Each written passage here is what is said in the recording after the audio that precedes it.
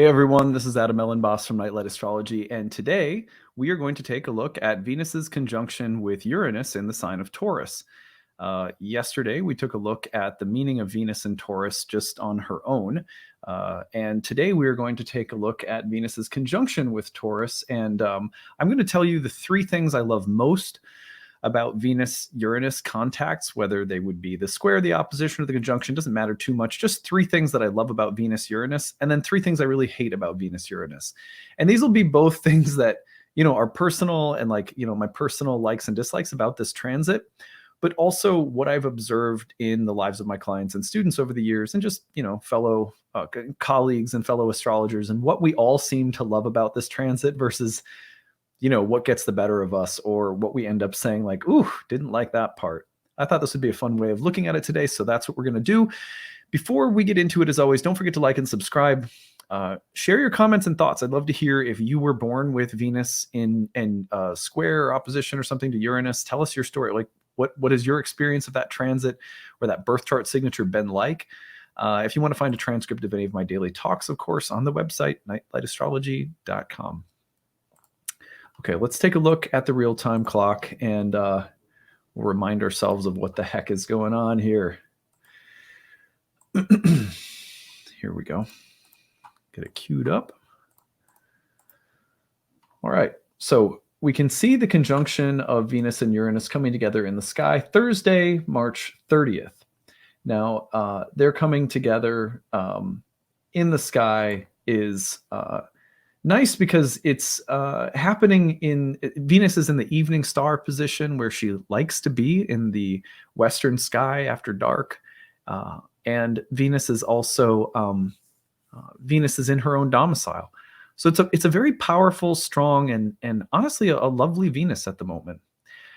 Uranus, of course, can make Venus's normal expression really different.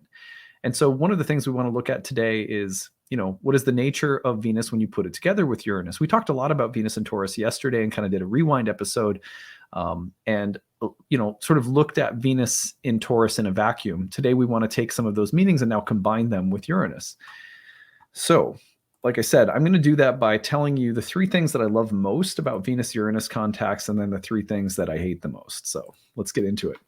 All right, so three things that I love most about Venus-Uranus. Number one, I'm going to love what I love. Now, there is a poem, and you guys have heard me read it before.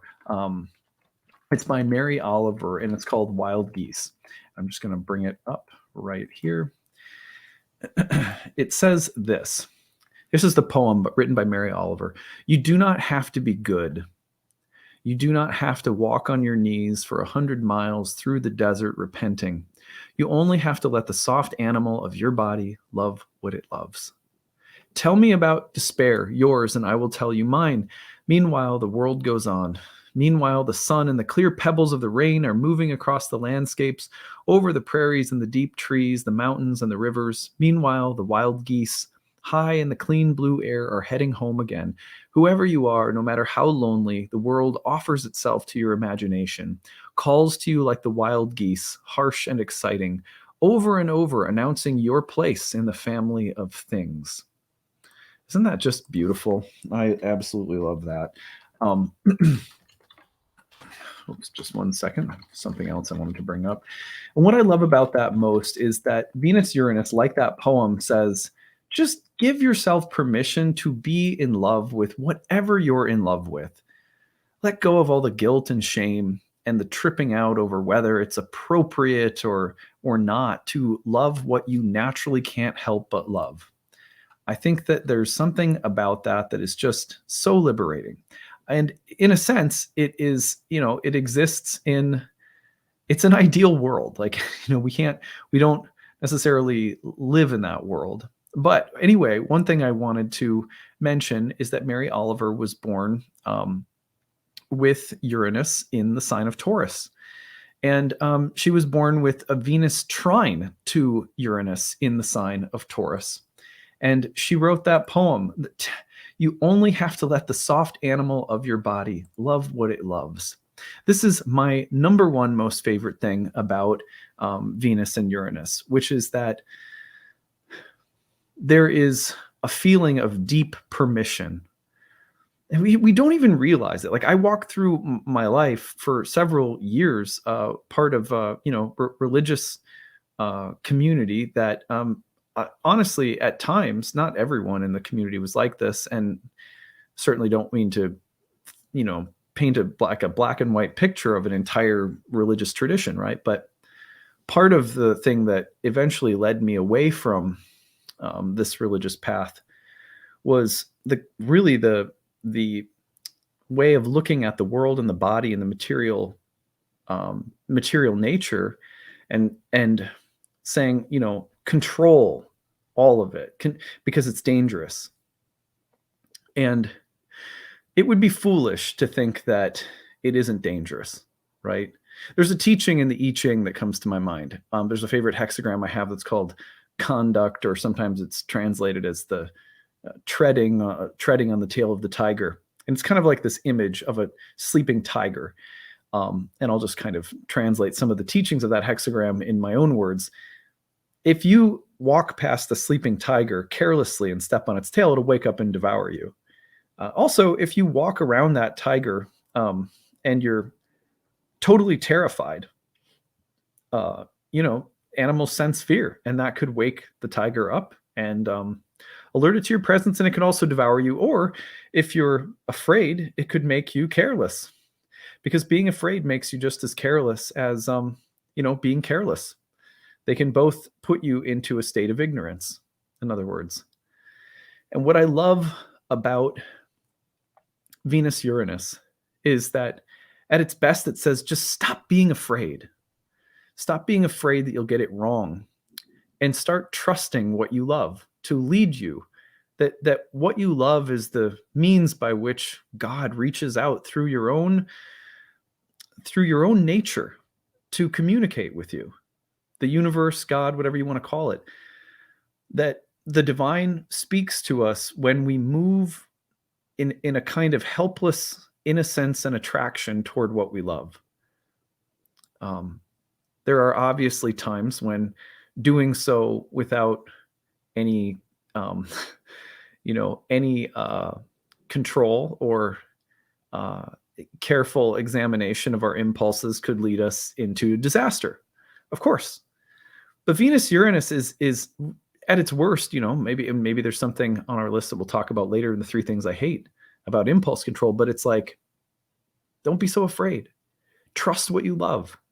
Act mindfully. Don't act like a total idiot. But trust what you love to be your teacher, to be your guide. I find that with Venus-Uranus, and I'm going through a Uranus-Venus square in my chart right now, and I was born with one. And I have found time and time again in my life that if I go toward what I'm attracted to, whether it's a huge, slice of pizza, on a corner shop in New York City. I remember when I was first teaching astrology, I had a little space in Chelsea, and I would be walking back to my apartment in the West Village, and corner pizza shop would catch my nose and my senses, and and I would just go and get a slice. And there's a way that you get that slice of pizza, and oh God, it feels so good. Why was I so worried? That felt great. Nothing bad happens at all. And in fact, you just got to enjoy a nice slice of pizza. And then, sometimes you go and you do that against your better judgment. You really don't think I ought to do this. And then you get a stomach ache, or you get sick at night, or you end up feeling awful. You can't learn, though, unless you allow your attraction and desire body to lead you and to follow it, to be curious about what you love, to be open and allowing and tolerant and trusting that what you love is not just going to set you on fire and be your downfall. That it can purify you to pursue what you love, even when it turns out to have not been a great decision, or selfish or indulgent in some way. That still we learn from those things. And what's at stake if we're eternal beings? Should we really live in fear of these impulses and instincts? I mean, working with them doesn't mean running from them at the very least, right? So I'm going to love what I love. And that's my favorite part about Venus-Uranus, how liberating that is. Number 2, I'm going to experiment and explore. As an artist, there are periods of time where we outgrow the conventions of our own craft. As a writer, I know this. As an astrologer, I know this. And it comes time where you go, well, what if I try it in a different way and it doesn't work?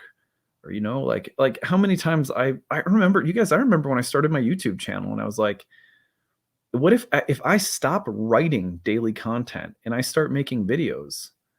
What if people stop watching? And then like this thing that I've built that's a part of how I sustain my living and I've got kids now.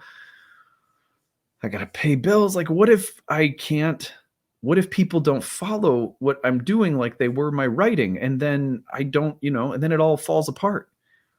But I was so like, that was the evolution of my art. It was like, I want to make YouTube videos. And I know you guys can relate. Whatever your creative endeavors are, there comes a moment where you're like, I have to risk breaking my own mold creatively and just doing something different. What happens if I do that?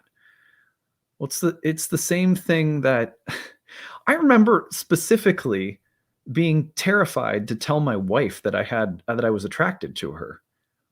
Well, good thing I risked that. And, like, okay, well, and you guys can relate too. Haven't you ever just taken the risk of telling someone you were attracted to them? And in your head, you thought, well, if I say something and get rejected, it's going to hurt so bad. Well, yeah, but, nope. When has there ever been like no risk associated with the things that we love? It's funny, my daughter the other night, we were laying in bed talking. We have like these daddy-daughter philosophy talks. Sometimes I record parts of them because I just want to remember them. And she was asking where words come from. Like, where did anyone ever come up with this word or that word? And then I said, well, do you think that language has always existed, or do you think people like made it up or discovered it, or like, where do you think it comes? So she said, well, I think that people made it up. And I go, oh yeah. And she goes, yeah, because like the word hangry didn't always exist. That's like a new word that people made up. It means like hungry and angry. And I was laughing. I was like, yeah, that's a really good point. I was like, well, what about music? Music was always, do you think music was made up? Or do you think it's like a language that's always there? And she goes, no, that one was always there because, like tweet, tweet, tweet, like the birds, they're just singing, or like the wind, it just makes music. It's just like there. And I said, but don't people make up different kinds of music? And she was like, well, she basically articulated for a 7-year-old, she basically said, well, they're just using music in different ways. Everybody uses the music in a different way. I think that we tie so much of our creative identity to how we're using things as though they are ours to begin with. My music, my creativity. But really, whatever medium we're using is just like the music in the wind. And finding ourselves is so much a matter of how we choose to evolve and change our relationship with the mediums of communication that are around us, creatively. Whether you're a musician or a writer or an astrologer or whatever, there comes a time where you say, there's something about me that's missing. And I think this might even be unconscious. There's something about me that's missing. And there's no way that I can really find that part of me unless I change the way that I'm speaking or using the different things in my life. I got to play my flute, differently. I got to strum my guitar differently, different chord progressions, or sometimes it's your dress. It's like, I need to wear something, different colors. I need to put on different, a different costume, so to speak. Well, the material is all there. The colors already existed. It's as though it's so hard to know what a soul is, who we are. I always love that quote from Heraclitus that the soul is explored forever to a depth beyond report. And at the same time, the character of the soul is a man's fate. Isn't that true? And don't you get like, I don't want to be stuck in the same fate. And so I need to explore myself, because the exploration of the self is liberating. How do you explore yourself if not clothing it in different things, if not expressing it differently? And that is, in my mind, mostly a Uranus-Venus dynamic, a kind of artistic quality. I'm going to experiment and explore, says Uranus and Venus. So that's my second favorite thing about Uranus and Venus. I'm going to experiment and I'm going to explore. One of the things that made me think of my daughter when I just brought her up was also the fact that both of my girls are just so creative. And I look at them and I just go like, when did I lose that? You know, do you know what I mean? Have you ever just watched kids play a little bit before? I mean, when you're not totally exhausted by them, if you have them, if you're ever in a good mood,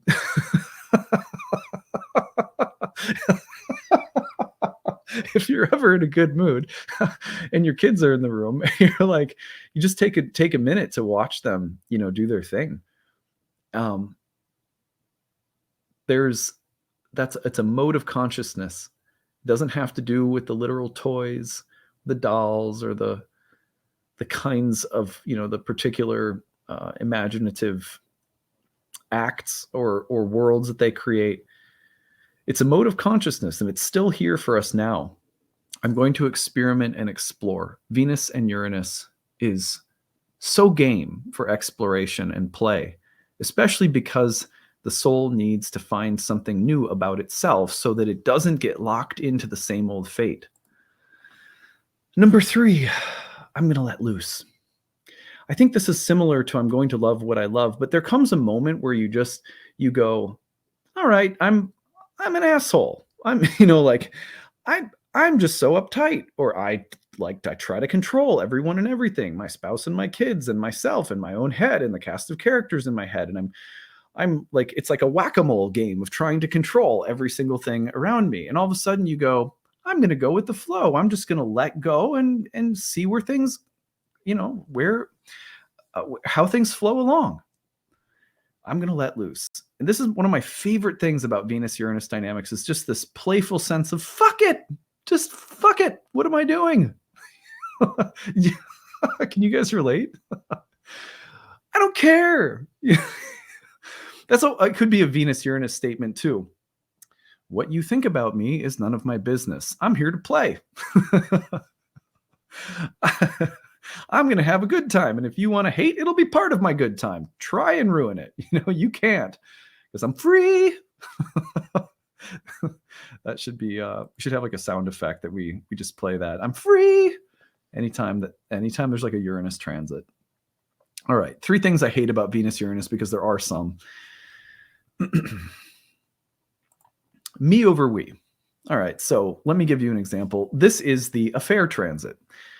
Uranus and Venus are like Neptune, Venus, Uranus, Venus, sometimes Pluto, Venus. Yeah, I feel like Pluto, Venus is less like an affair and more like you get really sexually, you get super enmeshed and like sexually obsessed with like some kind of subterranean creature. Like it's like the show You know, have you guys seen that with Penn Badgley? Yeah. So and it's funny because I think I've told you guys this before, but I worked with Penn in New York City when he was a part of a theater show that I directed, and he told some stories about having worked with ayahuasca. And so I got a chance to meet him and work with him on his story, because I was the story director. And so I, you know, of course I'm an astrology geek. And so I was curious. And when I found out he was a Scorpio, I was like, and then, you know, later on, of course, seeing him in You, every time that I saw him in You, because I watched that season, I'm like, he's cast perfectly for a Scorpio. Anyway, so why am I even thinking that? Me over, or it's the affair transit, Pluto, and I'm Pluto. Yeah. So Pluto and Venus together, they tend to be like, I'm in love with my stalker, or, you know, it's like real crazy shit. Venus Neptune is I'm in love with someone that isn't real. Venus Uranus is I'm in love with the person that I just eyeballed, on vacation while I'm with my family, and I'm going to try to run off with them, and then hopefully I pull the plug before it all goes down the drain. Actually, the reason that I thought of that story is I had a client one time who had a Venus-Uranus transit and was literally on a like a cruise ship, and had this very intense love affair while on a cruise ship. Interestingly, when I was like 18, I guess, I was on a cruise ship with my father. It was just me and my dad, and I was on this cruise ship, and my father had, and I wrote about this in my book, so if this sounds like I'm just dropping some weird truth bomb, I've written about this publicly so the whole world knows. My father had an affair, what was supposed to be like a father-son trip, long story, but he had an affair on a cruise ship with someone while he had a Uranus-Venus transit. So just that, like, prioritizing your selfish impulse toward immediate gratification and pleasure, even if you'll ruin a marriage, right? That's the most terrible part of Uranus and Venus, is that the urge to be free and to explore and to just pursue what you love. I mean, earlier you heard me say, I'm going to love what I love.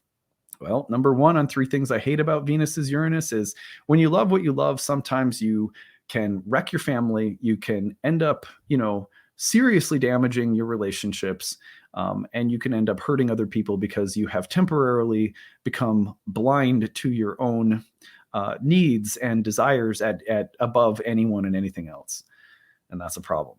So I would say Uranus Venus is like it's like the picture of someone who decides to do something terribly reckless, and they're kind of like, screw it, I don't care, I'm just going to do what I want. And earlier you heard me say, like, we shouldn't be so afraid. There's a fine line though, because the flip side of Venus Uranus is that Venus and Uranus can be like, well,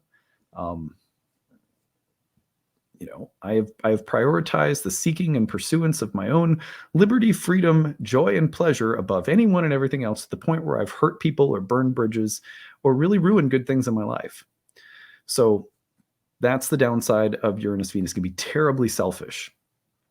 Number 2, shock for the sake of shock. Now, this one to me is like the desire or urge to be free and provocative, like I'm going to explore, I'm going to experiment, all fine and dandy.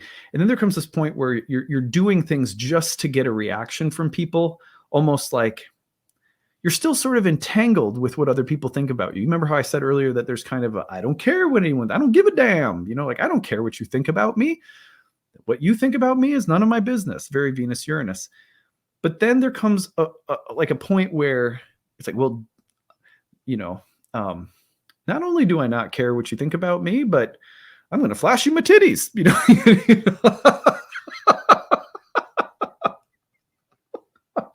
So,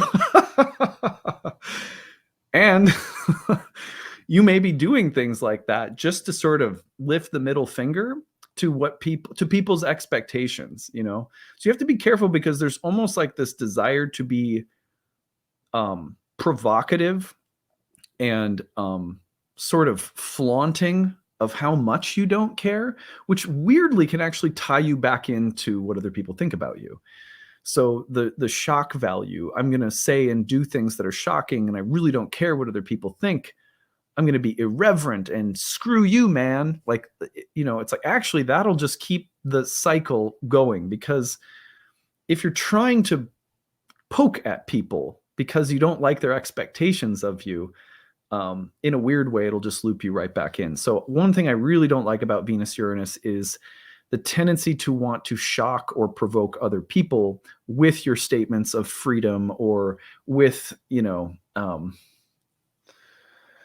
it's like a flaunting of a flaunting of your rebellious or defiant choices. And that seems to perpetuate not so healthy things in people. I've noticed that myself. I've noticed that in clients. All right, number 3. Problems with impulse control. And this goes back to me over we would be an example, like when I gave the examples of affairs, you're sinking the ship with bad choices, right? But problems with impulse control generally, like especially if you're someone who tends to be more pent up and controlled and it's harder to let go. Like I said earlier, like I'm going to let loose, and how nice is that? But if you're someone who has a really hard time letting go, it's weird how when this transit comes through, it's like you'll overcompensate, or you'll just swing so wildly in the opposite direction. It's like someone who's like really has a hard time letting go, will end up like pole dancing and passed out on someone's bathroom floor that they don't know, and feeling awful about it because it's like they didn't know how to just take a few incremental steps toward liberation, and they didn't know how to experiment in like the right dose. So one thing I don't love about this transit is that it sort of loosens you up sometimes, but it'll do so sometimes like in real like extreme ways where it feels like you're being taken over. Sometimes I've heard people, almost like compare it to like being struck by lightning, but the lightning is also sort of like instinctual and libidinal. It's like, so another example that comes to my mind, this is actually a great story. So one time when I lived in New York City, speaking of New York City, I went out with some friends, and, we went out with this one guy who was like very, very tight-laced, or what does it say? Tight-laced, is that the phrase? He was just super like rigid, and one of my friends was an instigator, a super wily coyote, and someone who encouraged way more drinking and got this person hammered, basically, is what happens. That's what, long story short, got him totally wasted. And on the way home, he becomes like, I mean, first of all, I was like, oh, dude, no, this is a problem, because now it's like Jekyll and Hyde. You've got like controlled, ethical, moral, upstanding, day job guy here. And then on the way home, he was like constantly trying to zip down his pants and just pee. And this is like, we're walking through like Union Square area. Not that like there's lots of people peeing publicly in New York, by the way. But you know what I mean? Like, this is not in these areas we were walking through. It is not okay to just like pull down your pants and pee. Maybe if we were in a back alley someplace, right? Like walking through, I don't know, some back streets where no one was there. But he had no social, like there was like no inhibitions whatsoever. And he just wanted to whip it out and pee because he had to go. And that's how wasted he got. And he was like, he kept being like, oh, I just don't care, man. Who cares what anyone thinks, like, and I always just thought, well, this is what's underneath all of that control, right? It's like there's like A for life, and there's like pissing in the streets. And but that's the deal with Venus-Uranus, is that sometimes you have those wild extremes. Like, you're going to try to let loose, and you're going to end up, going home with the creature from the Black Lagoon. So, be careful. Anyway, all right, that's my spiel for today. Those are the 3 things that I love and 3 things I hate about Venus-Uranus. Tried to have fun with this one today. I hope you guys enjoyed it. You can find a transcript of this talk on the website, nightlightastrology.com. Don't forget to like and subscribe before you go. Tell us your stories too. If you have a fun Venus-Uranus story, I would absolutely love to collect it for the Grab series. Use the hashtag Grabbed, or email us the story grabbed@nightlightastrology.com.